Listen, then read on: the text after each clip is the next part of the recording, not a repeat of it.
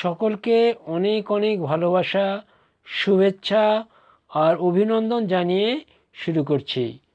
আজ তোমাদের আমি পড়াবো কে ছিলেন ঈশপ। কে ছিলেন ঈশপ, এই পাঠ্যটা আজ তোমাদের আমি পড়াবো। চলো শুরু করি। ঈশপের নাম শোনেনি এমন মানুষ মনে হয় গোটা পৃথিবীতে খুব বেশি নেই। তাঁর কোনো না কোনো গল্প তোমরা নিশ্চয়ই এর মধ্যেই পড়ে বা শুনে ফেলেছ। তাহলে লেখক বলছেন যে ঈশপের নাম শোনেনি এমন মানুষ গোটা পৃথিবী জুড়ে খুব বেশি নেই। তার কোনো না কোনো গল্প কেউ না কেউ পড়েছে, তোমরাও নিশ্চয়ই এর মধ্যে পড়ে বা শুনে ফেলেছ। সেই যে একটা শিয়াল কিছুতেই আঙুর গুচ্ছের নাগাল না পেয়ে শেষে আঙুর ফল টক বলে চলে গিয়েছিল। তাহলে এই গল্পটা তোমরা সকলে জানো যে একটা শিয়াল, ক্ষুধার্ত শিয়াল, ঠিক আছে, সে কি করেছিল, খিদের জ্বালায় এদিক ওদিক খাবার খুঁজতে খুঁজতে আঙুর ক্ষেতের সামনে এসে গিয়েছিল। আঙুর ক্ষেতের আঙুরগুলো দেখে তার খুব প্রচণ্ড লোভ হয়েছিল আর খিদেও খুব বেড়ে গিয়েছিল। তখন সেই আঙুর ফল খাওয়ার জন্য সে অনেকবার চেষ্টা করলো, কিন্তু চেষ্টা করেও কোনো আঙুর ফল সে পারতে পারলো না, কারণ আঙুর গুচ্ছগুলো খুব উঁচুতে ছিল, তার নাগালের মধ্যে ছিল না। তো নাগাল না পেয়ে সে কী করলো, কোনো আঙুর ফল পারতে পারলো না। যেহেতু সে আঙুর ফল একটাও পারতে পারলো না, খেতে পেল না, তখন তার মনে হলো আঙুর ফল টক। অর্থাৎ নাগাল না পেয়ে ভালো জিনিসকেও সে টক বলে চলে গিয়েছিল। এই যে গল্প, এই গল্পটা সেই যে একটা শিয়াল কিছুতেই আঙুর গুচ্ছের নাগাল না পেয়ে শেষে আঙুর ফল টক বলে চলে গিয়েছিল, এই গল্পটা ঈশপেরই লেখা, ঠিক আছে। কিংবা ধরো খরগোশ আর কচ্ছপের সেই গল্পটা। অহংকারী খরগোশ কচ্ছপের জেদ আর নিষ্ঠার কাছে দৌড় প্রতিযোগিতায় কেমন হেরে গিয়েছিল। আশা করি তোমরা বুঝতে পারছো আমি কি বলতে চাচ্ছি। অর্থাৎ ঈশপ খরগোশ ও কচ্ছপের একটি গল্প লিখেছিলেন। সেই গল্পটা কি তোমাদের জানা আছে? না জানা থাকলে চলো তোমাদেরকে শোনাই। তাহলে এক দেশে এক খরগোশ আর একটা কচ্ছপ ছিল। কচ্ছপের চলা দেখে প্রায় সেই খরগোশ কী করতো, তাকে হেয় করতো, তুমি কীরমভাবে হাঁটো, আমার সঙ্গে তো তুমি ছুটে পারবেই না।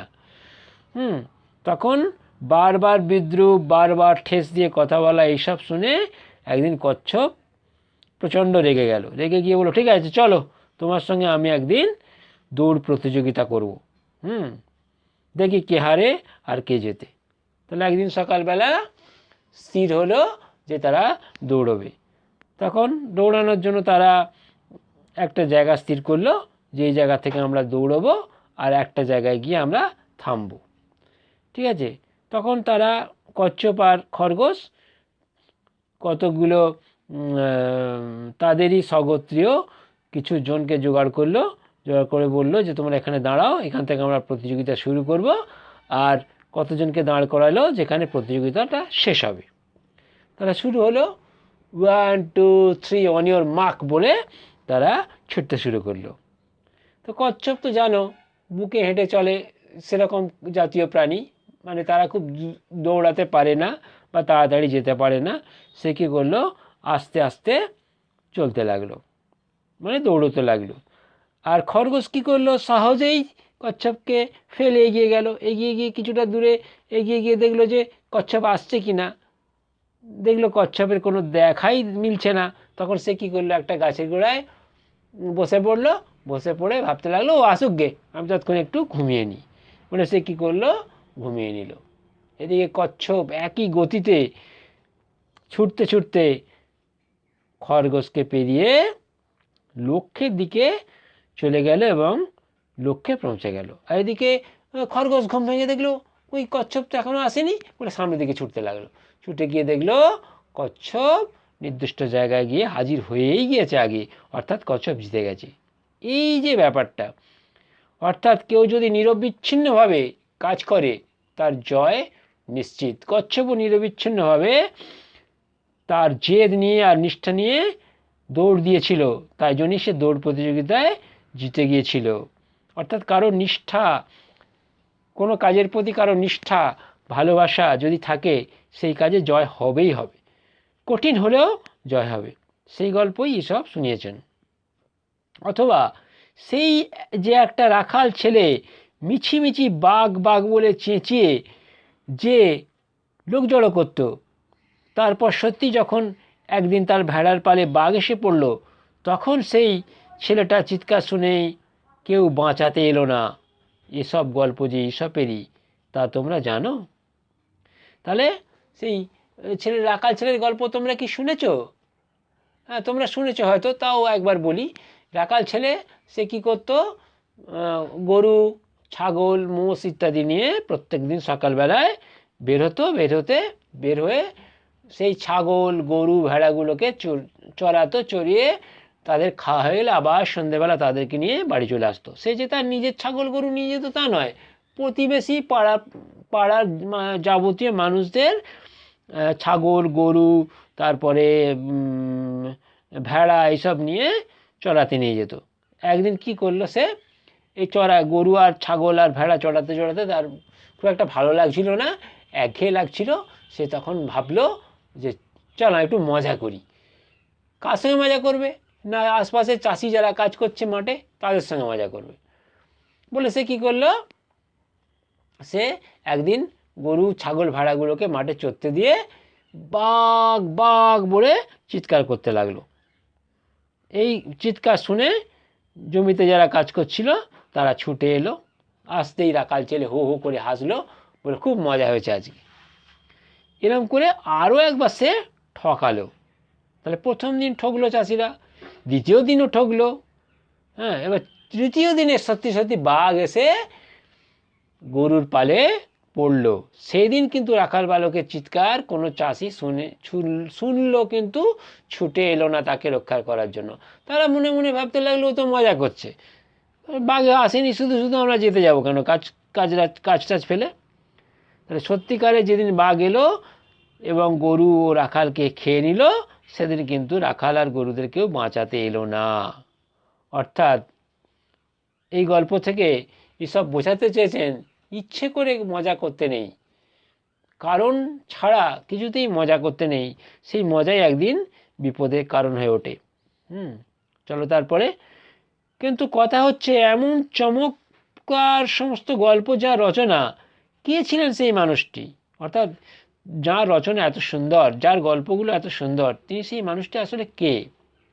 প্রাচীন গ্রিস দেশের এই মানুষটি ছিলেন একজন কৃতদাস।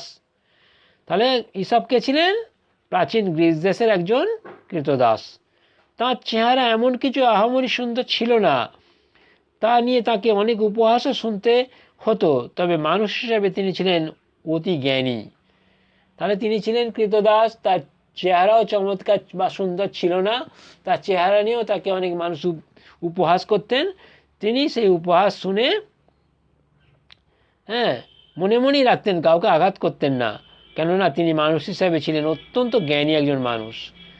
তার আশপাশের সমস্ত লোকজনের আচার ব্যবহার খুব খুঁটিয়ে খুঁটিয়ে লক্ষ্য করতেন তিনি, তারপর তাদেরই দোষ আর গুণ নিয়ে বানাতেন গল্প। তাহলে দেখো এসব কী করতেন, তার আশপাশে যে সমস্ত মানুষরা আছেন তাদের দোষ গুণ আচার ব্যবহার এইসব ভালো করে দেখতেন, খুঁটিয়ে খুঁটিয়ে দেখার পর তাদেরকে নিয়েই গল্প বানাতেন, তাদের দোষ আর গুণ নিয়ে গল্প তৈরি করতেন। প্রত্যেকটি মানুষের মধ্যেই এমন অনেক দোষ বা গুণ দেখা যায় যা দেখে বিভিন্ন পশু পাখির কথা মনে আসে। তাহলে প্রত্যেকটা মানুষের মধ্যেও দোষ আর গুণ আছে, আর সেই দোষ আর গুণের ব্যাপারটা দেখে পশু পাখির কথা মনে পড়ে যায়, পশু পাখিদের কথা মনে আসে। ঈশপের এইসব গল্পের চরিত্রগুলিও তাই অধিকাংশ ক্ষেত্রেই মানুষ নয়, পশু পাখি। তাই তিনি মানুষের চরিত্র নিয়ে লেখেননি, মানুষের অনুযায়ী পশু পাখিদের চরিত্র নিয়ে লিখেছেন, যেখানে পশু পাখিরা যেন মানুষ হয়ে উঠেছে। অবশ্য পশু পাখির কাহিনীর ছদ্মবেশে মানুষের কথাই লিখেছেন সব। তাহলে পশু পাখির ছদ্মবেশে মানুষের কথা লিখে গেছেন। কে লিখে গেছেন? ঈশপ। ঈশপের প্রভু রাজা ক্রোশাস একবার কিছু টাকা দিয়ে তাকে ডেলফিতে পাঠান। তাহলে ঈশপের প্রভু কে ছিলেন? রাজা ক্রোশাস। তিনি একবার কি করলেন, তাকে কিছু টাকা দিয়ে ডেলফি নামক জায়গায় পাঠালেন। এই ডেলফি জায়গাটির পুরোহিতরা ছিল ভবিষ্যৎবাণীর জন্য বিখ্যাত। তাহলে এই ডেলফিতে কিছু পুরোহিত বাস করতেন, তারা ছিলেন ভবিষ্যৎবাণীর জন্য বিখ্যাত, অর্থাৎ আগে ভাগেই ভবিষ্যতের কথা বলে দিতে পারতেন। কিন্তু তারা ছিল বড় লোভী। তারা কীরকম ছিল? বড় লোভী। তারা যত টাকা পায় ততই চায় আরও আরও টাকা। তাহলে যত টাকা পায় তারা আরও আরও টাকা চায়। তাদের এই অর্থলোভ দেখেই সব বাঁধলেন একটি গল্প, আর সেই গল্পটি তিনি তাদের শুনিয়েও দিলেন। সেই যে একটা লোভী লোক, যার একটা সোনার ডিম পাড়া হাঁস ছিল, সেই হাঁস রোজ একটা করে সোনার ডিম পাড়ত। লোকটি ভেবেছিল যে সোনার হাঁস সোনার ডিম পাড়ে, তার পেটের মধ্যে নিশ্চয়ই অজস্র সোনার ডিম রয়েছে। তাহলে যে হাঁসটি প্রত্যেক দিন সোনার ডিম পাড়ে, তার পেটে নিশ্চয়ই অনেক সোনার ডিম আছে। সোনার লোভে একদিন লোভী লোকটা হাঁসের পেটটাই ফেললো কেটে। হ্যাঁ, তাহলে সোনার লোভে সে কী করলো? একদিন হাঁসের পেটটা কেটে দিল। তাতে ফল হলো এই যে রোজ তো সে একটা করে সোনার ডিম পেত, তাও তার পাওয়া হলো না। তাহলে প্রত্যেক দিন সে সোনার ডিম পেত, কিন্তু হাঁসটা কেটে ফেলায় তার আর সোনার ডিম জুটল না। এরকম অনেক অনেক গল্প বানিয়েছিলেন ঈশপ, সবই নীতি গল্প। তাহলে সোনার ডিমের মতো, অর্থাৎ সোনার ডিমের হাঁসের মতো তিনি অনেক অনেক গল্প বানিয়েছিলেন। হ্যাঁ, সেসব গল্পগুলো কি নীতি কথায় ভরা, সব উপদেশ, অর্থাৎ সেই গল্পের মধ্যে রয়েছে উপদেশ। দয়া, মায়া, ভালোবাসা, সততা, কৃতজ্ঞতা, পরোপকার, শ্রদ্ধা, ভক্তি, এইসব সদ্গুণ যে আমাদের জীবনে কত জরুরি তা আমাদের মনে করিয়ে দেন ঈশপ। তাহলে আমাদের জীবনে যে গুণগুলো দরকার, যেমন ধরো মায়া, মমতা, ভালোবাসা, দয়া, সততা, হ্যাঁ, কৃতজ্ঞতা, পরোপকার, শ্রদ্ধা, হ্যাঁ, মানুষের প্রতি মানুষের শ্রদ্ধা, মানুষের প্রতি মানুষের ভালোবাসা, হ্যাঁ, ভক্তি, এগুলো যে দরকার, তাই সব আমাদের কি করে দিলেন? মনে করিয়ে দিলেন। ঈশপের গল্পের অনুবাদ হয়েছে পৃথিবীর নানা দেশে, প্রতি যুগের নিজস্ব ভাষায়। তাই সরাসরি অনুবাদ না করে অনেকেই গল্পগুলিকে নিজের দেশের আর সময়ের উপযোগী করে একটু বদলেও নিয়েছেন। তাহলে ঈশপের গল্পের অনুবাদ হয়েছে পৃথিবীর নানা দেশে, প্রতি যুগে যুগে, এবং সেই সব গল্পগুলোকে বিভিন্ন দেশ যারা অনুবাদ করেছেন তাদের নিজেদের দেশের মতো করে করে নিয়েছেন, সময়ের উপযোগী করে করে নিয়েছেন, একটু বদলে নিয়েছেন। কিন্তু গল্পগুলির মূল্য তাতে একটুও কমেনি। মানব জাতির সবচেয়ে বড় শিক্ষকদের একজন এই মানুষটি ঈশপ। তাহলে গল্পগুলো অন্যভাবে প্রত্যেককে তার দেশের অনুযায়ী, সময়ের অনুযায়ী বানিয়ে নিয়েছেন ঠিকই, কিন্তু তাতে গল্পগুলোর মূল্য কিন্তু কমে যায়নি। হ্যাঁ, মানব জাতির বড় শিক্ষক ছিলেন এই ঈশপ। তাহলে ঈশপ কে ছিলেন? মানব জাতির একজন বড় শিক্ষক। তিনি নীতি গল্প লিখে গেছেন অনেক। তাহলে তোমরা এই গল্পটা শুনলে, ঈশপের কি যেন গল্পটা, ঈশপ কে ছিলেন এটা শুনলে। এইবারে চলো প্রশ্নের মধ্যে চলে যাই। প্রথমে আছে একটি বাক্যে উত্তর দাও। শিয়াল কিছুতেই কিসের নাগাল পায়নি? শিয়াল কিছুতেই আঙুর ফলের নাগাল পায়নি। শিয়াল শেষে কি বলে চলে গিয়েছিল? শিয়াল আঙুর ফলের নাগাল পায়নি বলে বলে গিয়েছিল আঙুর ফল টক। খরগোশ কেমন ছিল? খরগোশ ছিল অত্যন্ত চালাক চতুর, এবং সে কি করত? কচ্ছপকে সর্বদা হেয় জ্ঞান করত। এই হেয় জ্ঞান করতে গিয়ে একদিন তার পরাজয় ঘটেছিল। খরগোশ কার কাছে দৌড় প্রতিযোগিতায় হেরে গিয়েছিল? খরগোশ কচ্ছপের কাছে দৌড় প্রতিযোগিতায় হেরে গিয়েছিল। খরগোশ কেন হেরে গিয়েছিল? খরগোশ ছিল ওভার কনফিডেন্স, অর্থাৎ অত্যন্ত আত্মতুষ্টিতে ভুগেছিল। হ্যাঁ, সে অন্যকে হেয় করত, তাই জন্যই সে হেরে গিয়েছিল। রাখাল ছেলে কি করত? রাখাল ছেলে গরুগুলোকে মাঠে চড়তে দিয়ে মজা করার জন্য বাঘ বাঘ বলে চিৎকার করত। একদিন এই মজা করতে গিয়ে তার মৃত্যু ঘটেছিল। এসব কোন দেশের মানুষ? এসব গ্রিস দেশের মানুষ। এসব কাদের নিয়ে গল্প বানাতেন? এসব তার আশপাশের মানুষজনদের নিয়ে, মানুষজনদের দোষ গুণ নিয়ে গল্প বানাতেন। ঈশপের প্রভু কে ছিলেন? ঈশপের প্রভু ছিলেন রাজা ক্রোশাস। তিনি ঈশপকে কোথায় পাঠিয়েছিলেন? তিনি একবার ঈশপকে কিছু টাকা দিয়ে ডেলফিতে পাঠিয়েছিলেন। সেই জায়গাটি কেন বিখ্যাত ছিল? সেই জায়গাটিতে বেশ কিছু পুরোহিত বাস করতেন, তারা ভবিষ্যৎবাণী করার জন্য বিখ্যাত ছিল। সেখানকার মানুষ কেমন ছিল? সেখানকার পুরোহিতরা ছিল খুব লোভী। যত পায় আরও চায়। তাদের আচরণ দেখে ঈশপ কোন গল্প বাঁধলেন? তাদের আজ এই লোভী আচরণ দেখে ঈশপ গল্প বাঁধলেন যে এক চাষির একটা সোনার ডিম পাড়া হাঁস ছিল। সেই হাঁসটি প্রত্যেক দিন একটা করে সোনার ডিম দিত। তো হলো কি, একটা ডিম পেয়ে চাষির লোভ প্রচণ্ড বেড়ে গেল। একদিন সে কী করলো, ভাবলো যে হাঁসটা সোনার ডিম পাড়ছে তার পেটে নিশ্চয়ই অনেক সোনার ডিম আছে। সে একদিন ছুরি নিয়ে কী করলো, হাঁসটার পেট চিরে দিল। দেখা গেল ভেতরে ডিম নেই। তখন হাঁসও গেল, সোনার ডিমও গেল। অতি লোভে তার সব কিছু শেষ হয়ে গেল। এই গল্পটা ঈশপ বানিয়েছিলেন। নীতিগল্প কাকে বলে? নীতিগল্প হচ্ছে তাকে বলে যে গল্পের মধ্যে নীতি কথা থাকে, মানুষের প্রতি ভালোবাসা, দয়া, মমতা, কৃতজ্ঞতা, পরোপকারিতা, এই যে গুণগুলো থাকে, সেই গুণগুলোকে নিয়ে যে গল্প হয় তাকে বলে নীতিগল্প। আমাদের জীবনে কোন গুণগুলি জরুরি? আমাদের জীবনে ভালোবাসা, দয়া, মায়া, মমতা, পরোপকারিতা, সততা, এই গুণগুলি খুব জরুরি। অনুবাদ বা তর্জমা কাকে বলে? অন্য ভাষা থেকে নিজ ভাষায়, যেমন ধরো আমাদের ভাষা বাংলা, আমরা যদি কোনো গল্পকে ইংরাজি থেকে বাংলায় আনি সেটাকে বলা হয় অনুবাদ। ঈশপের গল্প বিভিন্ন দেশে কেন জনপ্রিয়? ঈশপের গল্পগুলি খুব সুন্দর, উপদেশ এবং নীতিকথায় ভরা, তাই গল্পগুলি খুব জনপ্রিয় এবং প্রত্যেকটা দেশ তাদের নিজের ভাষায় নিজের প্রয়োজনে গল্পগুলোকে রচনা করে নিয়েছেন, সময়ের উপযোগী করে বানিয়ে নিয়েছেন। ঈশপকে কেন মানবজাতির সবচেয়ে বড় শিক্ষকদের একজন বলা হয়েছে?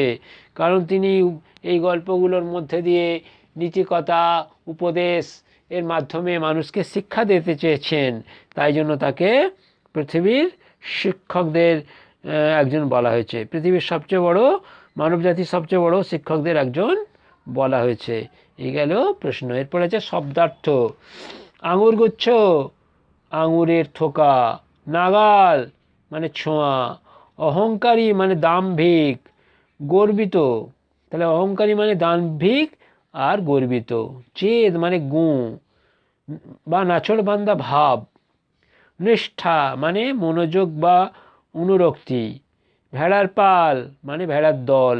কৃতদাস মানে কেনা গোলাম, যাকে কিনে নেওয়া হয় তাকে বলে কৃতদাস। খুঁটিয়ে খুব মনোযোগ দিয়ে নজর করে।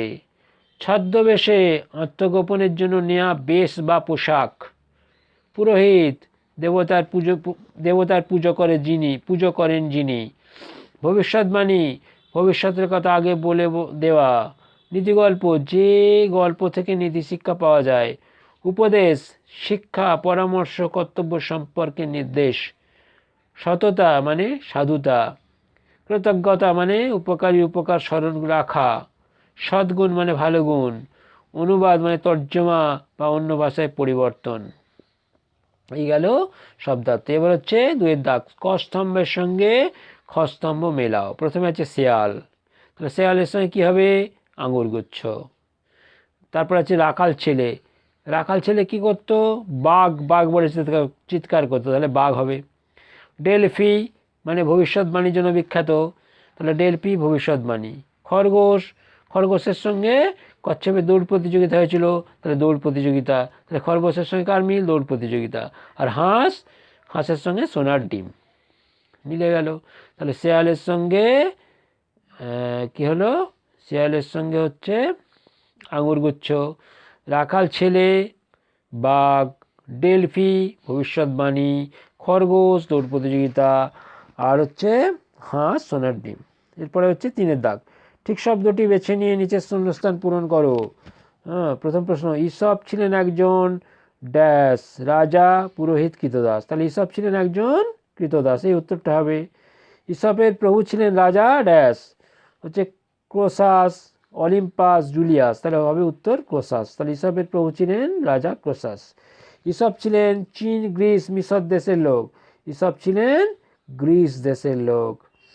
ইসপের প্রভু ইসপকে এথেন্স, স্পার্টা, ডেলফি নগরে পাঠিয়েছিলেন।